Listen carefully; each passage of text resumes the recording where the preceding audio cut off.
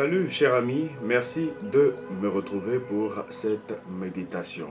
Nous allons lire ensemble Hébreux 11, versets 35 à 38. D'autres furent torturés et n'acceptèrent pas de délivrance, afin d'obtenir une résurrection meilleure. D'autres éprouvèrent les moqueries et le fouet, bien plus les chaînes et la prison. Ils furent lapidés, mis à l'épreuve, sciés, ils furent tués par l'épée. Ils allèrent çà et là, vêtus de peau, de brebis et de peau de chèvre, dénués de tout, opprimés, maltraités. Eux dont le monde n'était pas digne, errant dans les déserts, les montagnes, les cavernes, les antres de la terre. Hébreux 11, versets 35 à 38. Beaucoup de chrétiens affrontent une profonde persécution dans de nombreux pays du monde et pourtant n'abandonnent pas la cause vers le salut. Ils ne baissent pas les bras et persévèrent jusqu'au bout au nom de leur amour pour Jésus-Christ, le Sauveur de l'humanité.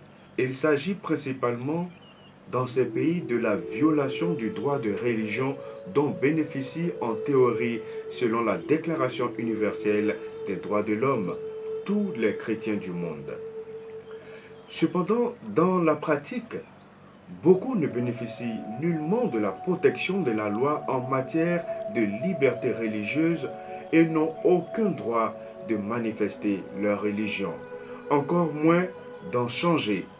Ils sont discriminés, violés, torturés, tués, leur seul crime étant d'être chrétiens. Ces gens sont vraiment remplis de courage, de persévérance et souvent de foi. Dans plus de 50 pays du monde contemporain dit civilisé, toute personne découverte pratiquant une activité religieuse clandestine est immédiatement arrêtée et arbitrairement incarcérée.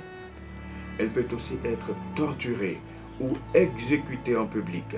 Ces oppressions provenant très souvent de régimes totalitaires, des chrétiens, alors considérés comme des prisonniers politiques, sont enfermés dans des camps de travaux forcés. S'ils ne se convertissent pas à la religion ou à l'idéologie particulière des gouvernements de leur pays où règnent les extrémismes islamiques, les extrémismes communistes et autres nationalismes religieux. Voir comment ces personnes peuvent supporter de si affreuses souffrances sans faiblir force le respect. Elles continuent à vivre leur foi malgré toute adversité, se réunissant dans le secret ou s'enfuyant à l'étranger. Dès lors qu'elles ont trouvé Jésus, elles ont alors la certitude d'avoir en lui le précieux trésor et sont prêtes à tout pour endurer pour lui, avec l'espérance d'obtenir une résurrection meilleure et la vie éternelle auprès de Dieu.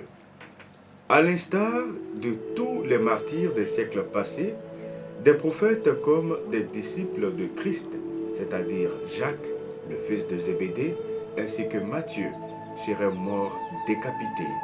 Pierre, André, Jude et Barthélemy auraient été, eux, crucifiés. Thomas, percé de lance puis jeté au feu. Étienne, lapidé.